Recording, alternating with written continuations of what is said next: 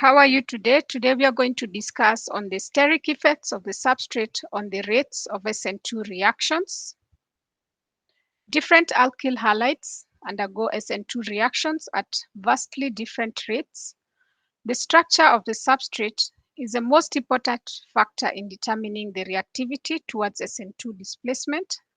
So you have to note that the structure of the substrate is the most important factor in determining the reactivity towards SN2 displacement. The reaction goes rapidly well with the methyl halides and with most primary alkyl halides or primary substrates.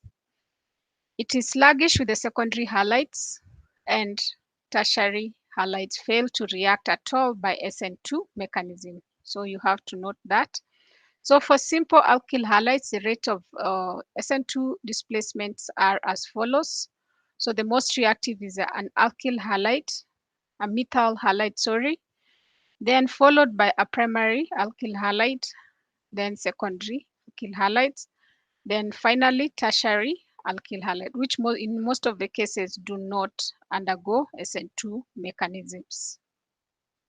The table below shows the effect of alkyl substitution on the rate of SN2 displacement. So this is a primary a methyl halide. So this is the most reactive. It is more than 1,000. The rate you can see is very high, more than 1,000 times more reactive as compared to this. This is a reference alkyl halide, that is isopropyl bromide.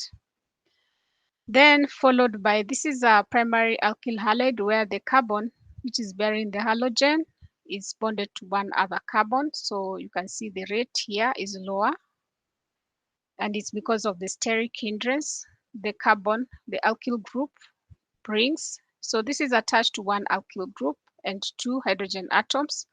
So the alkyl group, of course, each of the carbon the carbon of the alkyl group is attached again or bonded to four other atoms. So because of that, what happens? There is some steric hindrance of some sort with a primary alkyl halide as compared to the methyl halide, which is not hindered at all. Then you come to a secondary alkyl halide. So this carbon which is bearing the halogen is attached to two other carbons. So this is more sterically hindered as compared to the primary alkyl halide. It has two alkyl groups, and each of the alkyl groups, remember, is bonded to four other atoms. Then this is a tertiary alkyl halide. You can see the rate is less than 0.001, so it hardly takes place. When you have N-butyl, so this is a primary alkyl halide, but you can see it has a long chain, so this brings some hindrance to some extent. As much as it is a primary alkyl halide, it has more 4 carbon atoms as compared to the, for example, this primary alkyl halide, which has only 2 carbon atoms. So the rates you can see are different. This is very low, less than half of the rate of this primary alkyl halide, which has only 2 carbon atoms. Then the next one is isobutyl. Again, this is a primary alkyl halide, but you can see on the other carbon atom, it has this carbon, the second carbon atom, second to the carbon which is bearing the halogen, it is bonded to 2 alkyl groups. That also introduces some steric hindrance, and the nucleophile is not able to really easily access the electrophilic carbon. So you have to look at the molecule as a whole, even though it's a primary alkyl halide in this case, but because of the bulky group which is on the second carbon atom, it brings in some steric hindrance.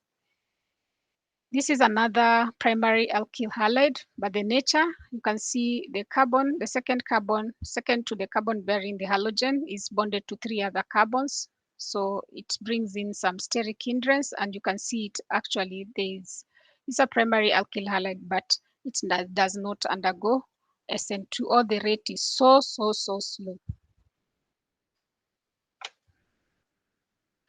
So note that 2 or 3 alkyl groups, or even a single bulky alkyl group, slows the reaction rate. The rates listed are compared to secondary case, that is isopropyl bromide assigned a relative rate of 1. So this is the one which is assigned the relative rate of 1. All the slow reacting compounds have one property in common. The backside attack of the electrophilic carbon atom is crowded by the presence of bulky group. So when there are bulky groups around the electrophilic carbon, then it is very hard for the SN2 reaction to proceed.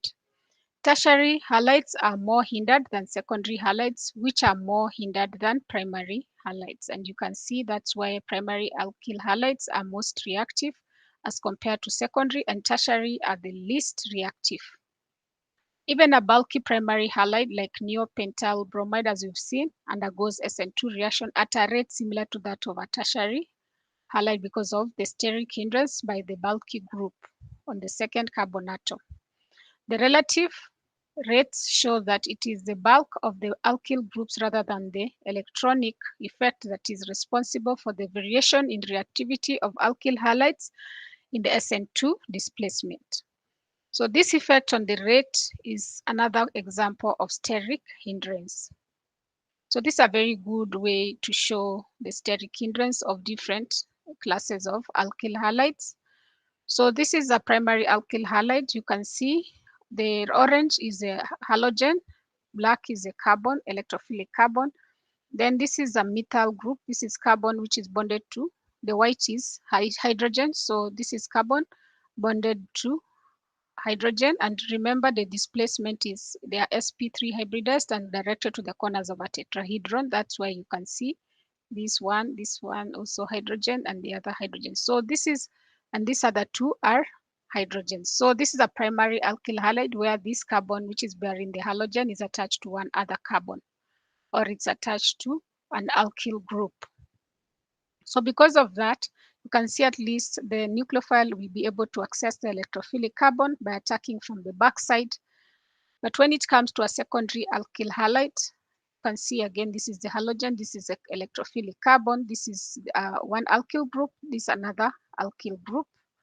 It's there, one other alkyl group, and this is the hydrogen. So it has two alkyl groups and one hydrogen. So the space is still there to access. It's not, these groups are not very bulky to completely block the back lobe of the sp3 hybridized orbital, the back lobe of the sp3 hybridized orbital that is bonded to the halogen. So there is some space for it to attack from the backside. But when it comes to a tertiary alkyl halide, like in this case, tert-butyl bromide, you can see this, the halogen, you can't even see the electrophilic carbon. So it is not able, the nucleophile will not be able to access the electrophilic carbon to donate electrons to form a covalent bond. So from this particular presentation, you can clearly see that for tert-butyl, uh, for the tertiary alkyl halides, they hardly undergo SN2 mechanism. So this is another way this can be represented. These particular molecules can be represented. So you can see the hydroxide, this is a strong nucleophile, can easily access the electrophilic carbon in primary alkyl halides and also secondary alkyl halides, but it's less in the secondary alkyl halides as compared to the primary alkyl halide. For the tertiary alkyl halide, where the electrophilic carbon is flagged by 3 alkyl groups. So this is the simplest tertiary alkyl halide where it's flagged by methyl groups, but it can be even bigger or larger alkyl groups. So SN2 attack on a simple primary alkyl halide is unhindered, but sometimes the primary alkyl halide can not be very simple, as you've seen in the examples where we are considering the rates of reaction of different primary and secondary alkyl halides. Attack on a secondary halide is hindered, and attack on a tertiary halide is impossible. So when the nucleophile approaches the backside of the electrophilic carbon atom, it must come within bonding distance of the small back lobe of the carbon halogen sp3 orbital. If there are two bulky groups bonded to the carbon, electrophilic carbon, it's difficult. 3 alkyl groups make it impossible, like in tertiary alkyl halides. Just one alkyl group can produce a large amount of steric hindrance if it is unusually bulky, like the tert butyl group, or neopentyl bromide. Neopentyl bromide is a primary alkyl halide, but because of that bulky tert butyl group, it also makes it, the steric hindrance is too high that it cannot undergo SN2 mechanism. The nucleophile can easily approach the electrophilic carbon of the ethyl bromide, and the resulting transition state is not crowded. The approach to the tertiary carbon of tert butyl bromide is almost impossible due to steric hindrance of the three methyl groups, and crowding in the transition state raises the activation energy, slowing the reaction. So these are some of the examples where you need to rank the following compounds in decreasing order of their reactivity towards the SN2 reaction, with sodium ethoxide as a solvent. Sodium ethoxide is the source of the nucleophile. So this is a nucleophile, oxygen, which is rich in electron, but it's stabilized by sodium ions. Of course, it will not exist on its own. It has to be stabilized. So this is what is going to act as a nucleophile, and it's in protic solvent, which is ethanol. So you need to rank the following compounds in order of their decreasing order of their reactivity towards SN2 reaction. Then also for each of these pairs, state which compound is a better SN2 substrate. So you go try, and if you have issues or challenges, then you come, I will help you. So next time we are going to discuss on the stereochemistry of the SN2 reaction. Thank you.